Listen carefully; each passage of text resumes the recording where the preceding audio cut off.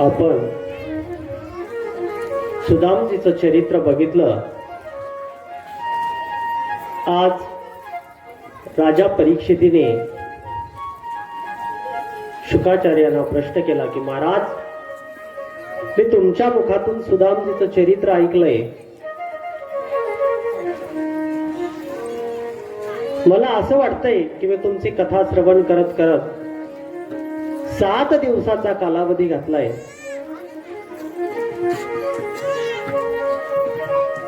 पण मला जर या आसक्तीतून दूर जायचं असेल तर मी काय केलं पाहिजे?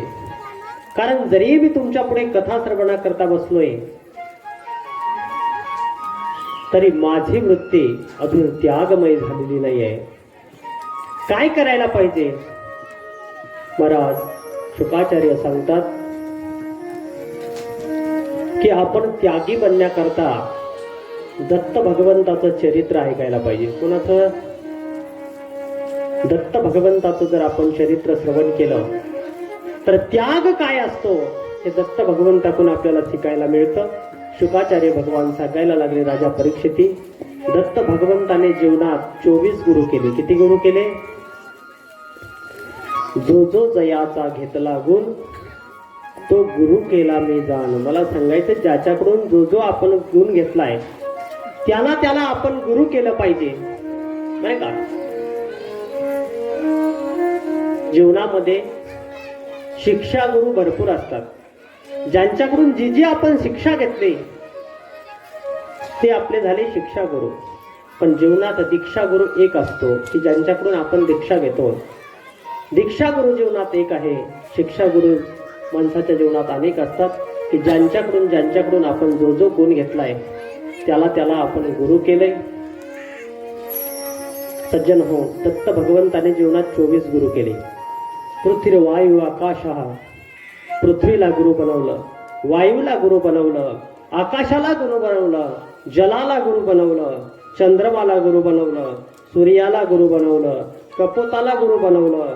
मला सांगायचंय, समुद्राला गुरु बनवलं, पतंगाला गुरु बनवलं, भवऱ्याला गुरु बनवलं, मधमाशीला गुरु बनवलं, एका बालिकेला गुरु बनवलं. नवे नवे दत्त भगवंताने वेश्याला सुद्धा गुरु बनवलं. कोणाला? वेश्याचा आपण तिरस्कार करतोय, पण दत्तगुरु भगवंताच्या चरित्रामध्ये वेश्यालाही सुद्धा गुरु बनवल्या गेलं. सज्जन सांगेल मी तुम्हाला, जेव्हा आपण जीवनामध्ये, मी त्या दिवशी सांगून गेलो की जोपर्यंत आपण जीवनात गुरु करत नाही तोपर्यंत जीवनाची सार्थकता. माणसाने जीवनात गुरु करायला पाहिजे. गुरुदीन ज्ञान कैशेकडे. आता माझ्याकडे लक्ष द्या आणि पुढं कोणी येऊ नका. पाठीमागे जे येणारे त्याने पाठीमागे थांबायचंय. सर्वांचं लक्ष तुमच्याकडे जातं.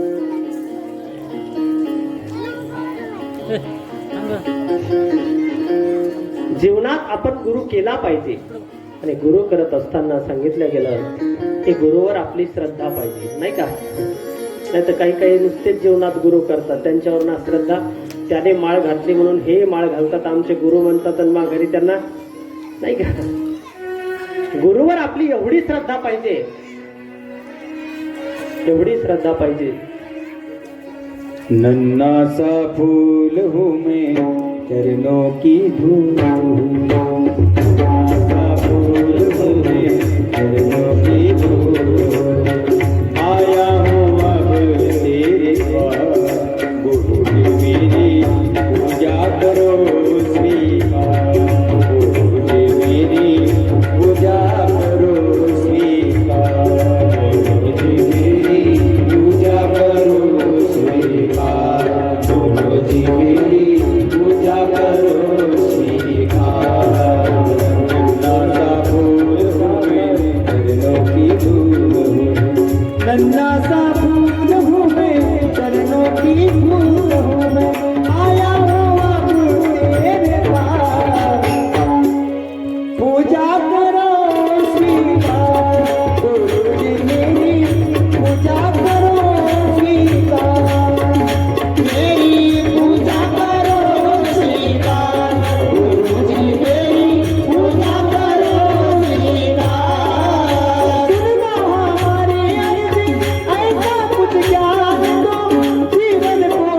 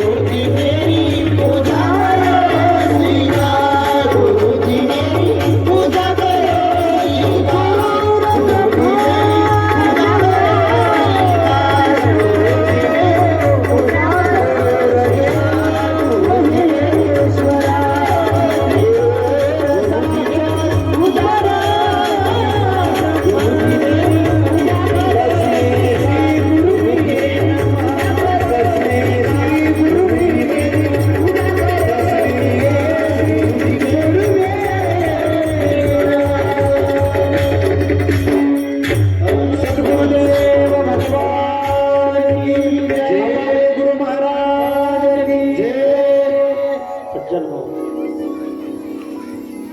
गुरु श्री गुरु मेरी पूजा कर स्वीकार. मला सांगायचंय जीवनात गुरु केल्याशिवाय पर्याय, पण गुरु करत असताना आपली गुरुवर श्रद्धा पाहिजे. दत्त भगवंतांनी ज्याला ज्याला गुरु मानलं त्या प्रत्येकावर त्यांनी श्रद्धा ठेवली. महाराज पृथ्वीला गुरु मानलं, वायूला गुरु मानलंय. ते सांगेन तुम्हाला, जर एखाद्या गुरुवर जर आपली श्रद्धा असेल, महाराज पूर्व इतिहास जर तुम्ही वाचला असेल तर एकलव्याने द्रोणाचार्याकडे विद्या घेण्याचं ठरवलं. पण द्रोणाचार्याने मनामध्ये विचार केला, एक गुरु एक शिष्य परंपरा होती, माझा अर्जुन शिष्य आहे आणि म्हणून मी एकलव्याला शिकवू शकत. एकलव्याला सांगितलं की मी क्षत्रियांचाच फक्त गुरु आहे, तुला शिकवू शकत. पण गुरुवर श्रद्धा ठेवली आणि एकलव्याने गुरुचा पुतळा तयार केला. काय केला? द्रोणाचार्याचा. आणि पुतळा तयार करून पुतळ्याला विचारायचा, गुरुजी बाण मारू? पुतळा काय हो म्हणणार आहे का? नाही, पण श्रद्धा होती. बाण मारू का म्हटल्याबरोबर पुतळ्याने होकार दिला असं समजायचा आणि बाण मारायचा. महाराज बाण मारत असताना तो एवढा प्रवीण झाला. एक वेळेस द्रोणाचार्य भीम, नकुल, अर्जुन सहदेवासहित जंगलामधून निघाले आणि जात असताना द्रोणाचार्यावर कुत्रा भुंकायला लागला. कुत्रा भुंकायला लागल्यानंतर सज्जन हो, जेव्हा त्या कुत्र्याचा आवाज द्रोणाचार्याच्या कानावर पडला, अर्जुनाला सांगितलं, अर्जुना कुत्र्याचं भुंकणं बंद कर. आता अर्जुनाला वाटलं कसं बंद करावं, नाही का? पण एकलव्यानं ते दृश्य पाहिलं. महाराज बाण काढला भात्यातला आणि कुत्र्याच्या दिशेने बाण सोडला. हाड दिशी बाण गेलाय, पण कुठं गेला? कुत्र्याच्या मुखात गेला. कुत्र्याच्या मुखात गेल्याबरोबर कुत्र्याचं भुंकणं बंद झालं.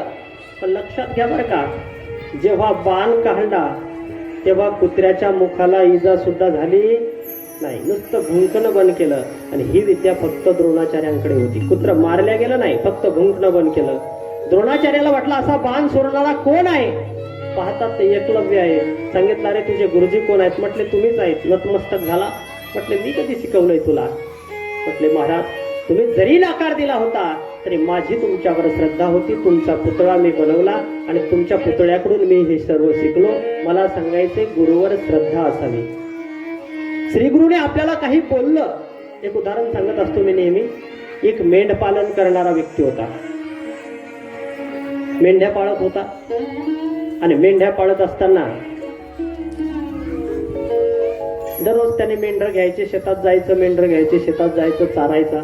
एक दिवस बायको म्हटली, का तुम्हाला काही कळतं का नाही? गावात 7 दिवस झाले महाराज आले, एकदा तरी भेटून या ना, नाही का? हा, विचार कोणाचं ऐकत नव्हतं पण बायकोचं ऐकत होतं. तुम्ही ऐकायचा? तुम्ही ऐकता का बायकोचं? नाही? मग काय काठ्या घेता का काय? ऐकत जा. आता तुमच्या बाजूने बोललो बरं का, म्हणून तुम्ही हसलात, नाही का? पण काठ्या घ्या म्हटलं तरी हसलात हे बरं आहे, नाही का? श्रद्धा होते. बायकोनं सांगितलं आणि त्याला वाटलं चला महाराजाच्या दर्शनाला आपण जायला पाहिजे. महाराज पण कोणीतरी सांगितलं होतं, त्यानेही कुठंतरी ऐकलं होतं. आता जसं महाराजांनी मगाशी तुम्हाला सांगितलं तसं त्यानं ऐकलं होतं की गुरुकडे जात असताना आपण काहीतरी न्यायला पाहिजे. म्हणून महाराजाकडे गेला आणि जात असताना काय न्यावं काय न्यावं काय न्यावं म्हणून शेतातच होतं. त्यानं 2 वांगी घेतली. किती? 2 बैगन. तुमच्या इकडे काय म्हणतात त्याला? हा, ते 2 बैगन घेतले आणि एक मेथीची जुडी घेतली. चला महाराजाला काही ना काहीतरी द्यायला पाहिजे. कोणाची श्रद्धा कोणाची कशी, कोणाची कशी, नाही का? आपल्याकडे बाकी काही द्यायला नाही, म्हणून मग काय न्यावं म्हणून हे त्याने 2 बैगन, वांगी ती आणि एक मेथीची जुडी घेतली. सर्व लोक दर्शन करू लागले. महाराजांना काही ना काही कोणी 1000, कोणी 500, कोणी 2000 तिथं ठेवू लागलं. कोणी भांडे आणून तिथं ठेवू लागलं. महाराज यानं पाहिलं, बापरे बाप, हे तर सर्व श्रीमंत लोक आहेत. ते गुरुजीचे जे शिष्य होते ते विदेशातले काही होते, अमेरिकेतले, इकडे तिकडे. त्यांनी तर बस तिथं काही ना काही बंडलच्या बंडलच आणून ठेवले. त्याला वाटलं आपली काही दक्षिणा इथं पुरण्यासारखी, तर लाखो रुपये पडायला लागले. आणि आपण जी दक्षिणा आणली यानं काय आणलं होतं?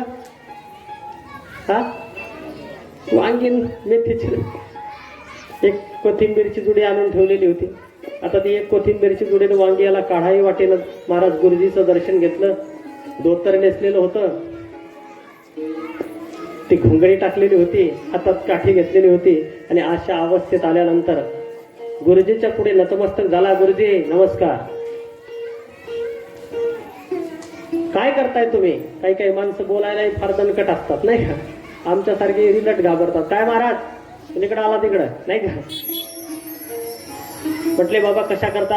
अहो माझ्या पत्नीनं सांगितलं की कोणीतरी जीवनात गुरु पाहिजे, मी तुम्हाला गुरु करायला आलो. म्हटले वा. मग आता जरा गुरुजीलाही वाटलं काहीतरी थोडं त्याची मजा घ्यावे म्हणून गुरुजी म्हटले का रे बाबा, माझ्याकडे गुरु करण्याकरता आला पण दक्षिणा काही आणली का नाही? आता याच्याकडे काय दक्षिणा होती? 2 बैगन आणि 1 कोथिंबीरची जोडी. म्हटले वा, आणली नाही असं कसं काय? आत्ताच शेतातून येता येता आणले. म्हटले काय आणलं? म्हटलं हे बघा, हे 2 बैगन आणलीत आणि ही 1 कोथिंबीरची जोडी आणली. म्हणजे वा, असा शिष्य पहिल्यांदाच भेटला नाही का गुरुजीला? पहिल्यांदा जीवनात असा शिष्य आला.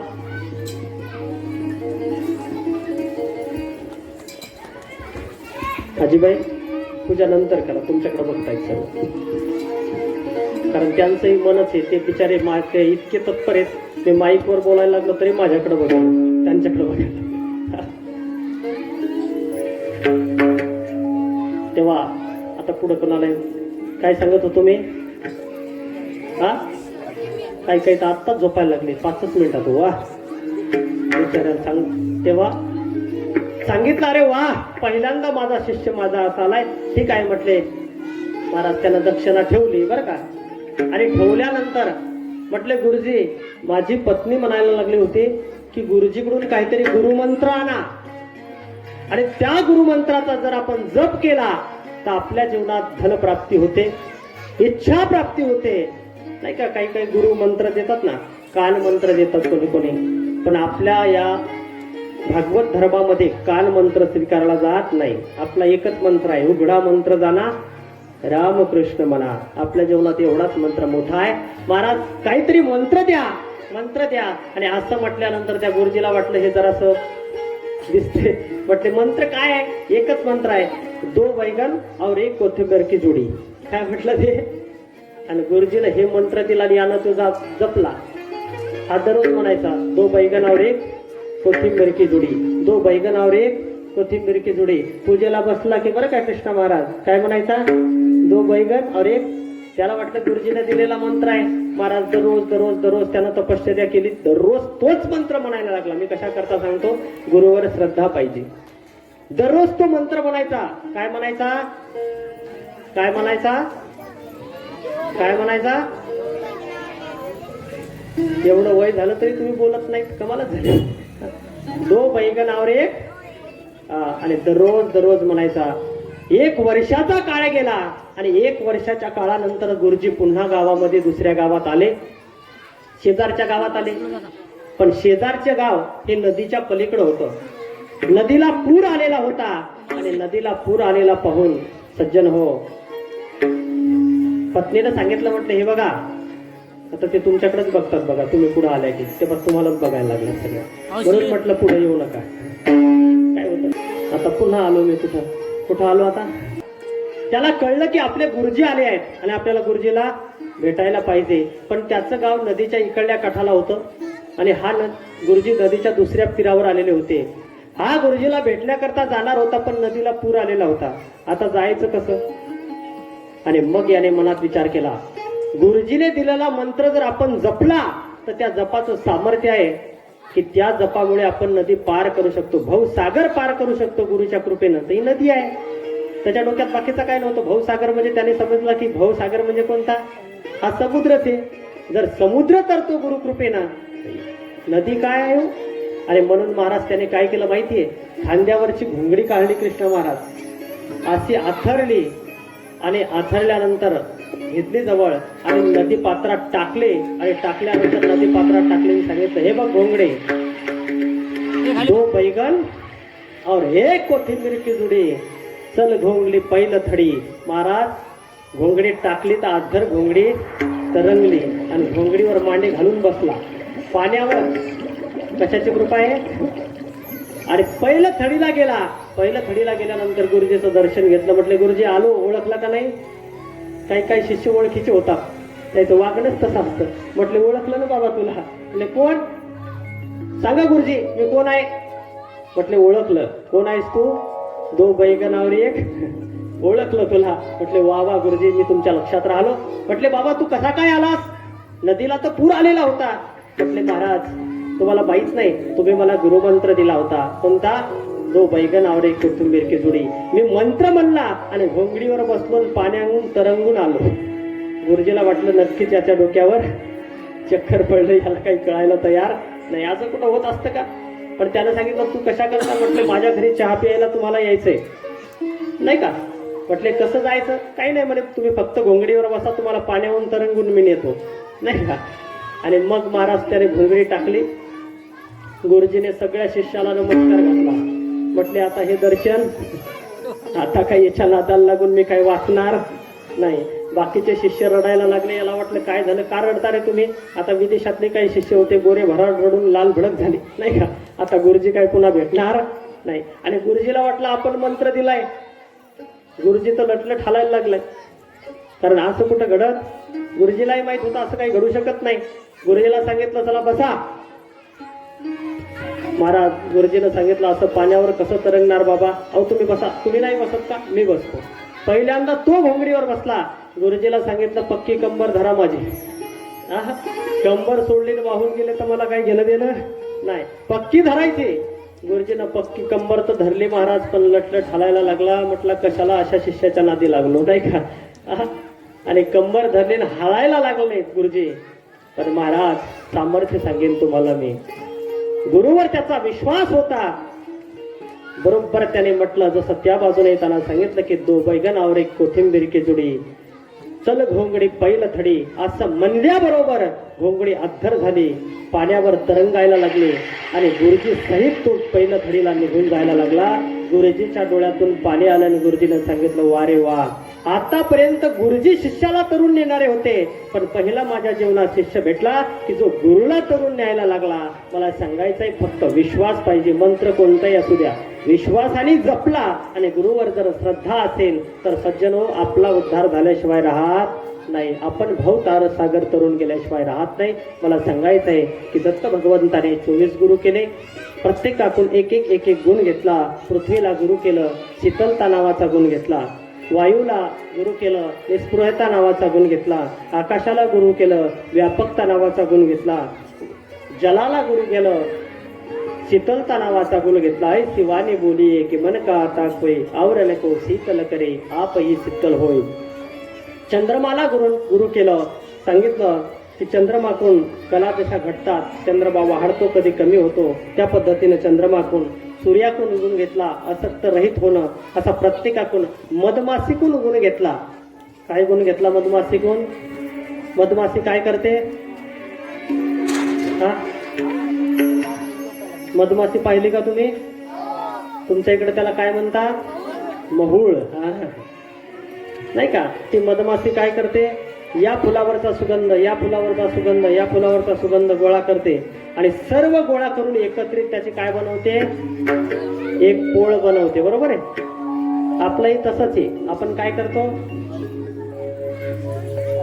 या शेजारणीकडून इकडून आण, तिकडून आण, याच्या शेतातून चोरून आण, त्याच्या शेतातून चोरून आण, नाही का? त्याची हळद चोर, त्याचा ऊस चोर, सगळे एकत्र चोरून घरात ठेवतो नाही का? तसं मधमाशी काय करते? इकडून आण, तिकडून आण, तिकडून आण. कोणीतरी एखादा शेळी पालन करणारा येतो आणि आल्यानंतर असलेली पोळ एकदाच तोडतो आणि सगळीच घेऊन जातो नाही का? आपलंही तसंच आहे. आपण कितीही गोळा करा, येणार घेऊन जाणार हे निश्चित आहे. आणि म्हणून गुण घेतला की किती आपल्याला पोटापुरतं लागतं एवढं गोळा करायचं, बाकी करायचं नाही. जेवढं लागतं सांगितलं की एक टाइमचं भेटलं, याच्यातच आपण काय म्हणायचं? समाधान मानायचं महाराज. बाकी गोळा करण्यात जर आपलं जीवन गेलं, काही माणसं असं जीवन घालतात की आयुष्यभर कष्टच करतात, आनंद घेत नाहीत. आणि म्हातारपणातही मग त्यांना कष्टाशिवाय दुसरा पर्याय राहत नाही. म्हणून आपल्या जीवनाचा आनंद आपण घ्यायचा सज्जन हो. मधमाशीकून गुण घेतला की संग्रह करायचा नाही. आणि की एका बालिकेला गुरु बनवलं. बालिका म्हणजे लग्नाला आलेली मुलगी होती महाराज. आणि त्या लग्नाला आलेल्या मुलीला पाहुणे पाहण्याकरता आले. पण पाहुणे पाहायला आल्यानंतर मुलगी घरामध्ये एकटी होती आणि एकटी असणारी मुलगी, आई वडील बाहेर गेलेले होते. पण पूर्वी मुलीला पाहण्याकरता कोण यायचं? कोण यायचं? आजीबाई, तुम्हाला पाहायला कोण आलं होतं? हा तुमच्या काळात कोण यायचं बापू पाहायला? वडील माणसं यायचे नाही का? याच्यात तर असं वर्णन आलेलं आहे की मुलाची आई आणि मुलगा पाहायला यायचा. आता तसं आहे का? आता पाहायला कोण जातं? हा आता जो नवरदेव आहे तोच पाहायला जाते आणि त्याच्यासोबत एक दुसरं गाडीवर टाकून नेते नाही का? येताना दोघं टाकून येतात नाही का? नाही जमलं की आताची पद्धत वेगळी आहे. पूर्वी आई जायचे आणि महाराज संस्कार असायचे. त्या मुलीला पाहिलं की आपला होणारा काही काळानंतरचा हा पती आहे, आपली होणारी सासू आहे, आपल्याला पाहण्याकरता आले, आपले आई वडील घरात नाही आहे आणि काय करावं? पूर्वी जेव्हा पाहुणे पाहायला यायचे तेव्हा पहिल्या भेटीमध्ये त्यांना काय चाललं जायचं? आता काय करता तुम्ही? हा आता काय करता? पाहुणे आले तर पाहायला काहीच माहित नाही. काही कमाल नाही. पोहे का? बरोबर, सोपा पदार्थ आहे. आले की आपले पोहे करतात. काही काही नुसते पोहे करू करू परेशान नाही का? आणि हे खाऊ खाऊ परेशान. काही काही भारी असतात. म्हणतात काय होय आपलं 1 वर्ष भागतेना बस झालं, पाहत राहायचं. या घरी जाय, त्या घरी जाय, त्या घरी जाय. मला सांगायचं आहे, पूर्वी पद्धत होती की आपल्या घरी आलेला पाहुणा पाहण्याकरता आला की त्याला साळेचा भात केला जायचा, भात आणि दूध दिलं जायचं. या मुलीनं मनामध्ये विचार केला की आपण तोपर्यंत भात टाकायला पाहिजे, पण भात टाकायचा आहे पण तांदूळ नाही. मग आता काय करायचं? पूर्वी घरामध्ये साळी असायच्या, कणगेच्या कणगे भरून साळी असायच्या. त्या मुलीनं थोड्या साळी काढल्या आणि साळी काढल्यानं उखळामध्ये टाकल्या आणि ती कांडायला लागली. पण कांडत असताना तिच्या हातात बांगड्या होत्या. आता घालता का तुम्ही बांगड्या? हा आता कोणाच्या हातात बांगड्या आहेत का? नाहीतच. पूर्वीचे कारण हे सौभाग्याचं लेणं आहे महाराज. बांगड्या हातामध्ये असाव्या. तिनं बांगड्या घातल्या. बांगड्या, कुंकू हे सगळं गेलं नाही का? आता कुंकू राहिलं का? आता काय आलं? काय आलं आता? टिकल्या नाही का? टिकली तर टिकली नाही तर नवरदेव हे कुठं बसते? बाथरूमला टिकवतात, कुठं टिकवतात नाही का?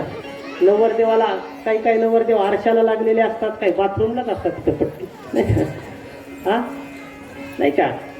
आमच्या स्वामीजी नाही का, ते आमचे एक मित्र आहेत, ते म्हणतात कुंकवाल्या गेल्या आता टिकली वाल्या आल्या नाही का? बाथरूमच्या भिंती साऱ्या सुवासनी झाल्या नाही का? सगळ्या सुवासनी होऊन जातात. मला सांगायचंय म्हणून लावायला पाहिजे कुंकू आपण. पण जाऊ द्या, तरुण पिढी आहे, मला काही त्याविषयी बोलायचं नाही. त्या मुलीनं हातामध्ये बांगड्या घातलेल्या होत्या आणि बांगड्या घालून त्या साळी कांडायला लागली. तर साळी कांडत असताना सज्जन हो, त्या बांगड्याचा आवाज येऊ लागला. कारण भरपूर बांगड्या हातात होत्या. तिच्या मनामध्ये विचार आला, जर मी काढताना जर बांगड्याचा आवाज गेला तर होणारी सासू आणि होणारा नवरा म्हणेल की यांच्या घरात एक टायमाचे तांदूळ नाहीत, आणि अशा घरची मुलगी आपण करायची. मग काय करायला पाहिजे? म्हणून तिनं हातात त्या 2 बांगड्या कमी केल्या, हातामध्ये 2 बांगड्या ठेवल्या आणि पुन्हा कांडायला लागले.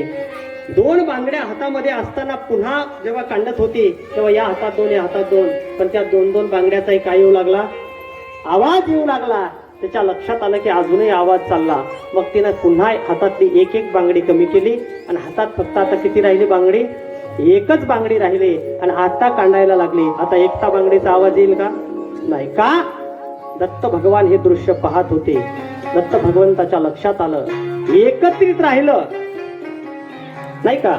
संग्रहात जर आपण राहिलं तर कुठं ना कुठं आवाज होणार, कुठं ना कुठं आवाज झाल्याशिवाय राहणार नाही. म्हणून साधूने कसं राहावं? एकांतात राहावं. त्या बालिकेकडून गुण घेतला. महाराज आपला वेळ संपन्न झालेला आहे. तेव्हा प्रत्येकातून एक एक गुण दत्त भगवंताने घेतला. त्यानंतर असा प्रसंग सांगितला जातो. 24 गुरुची कथा संपन्न करण्यात आली.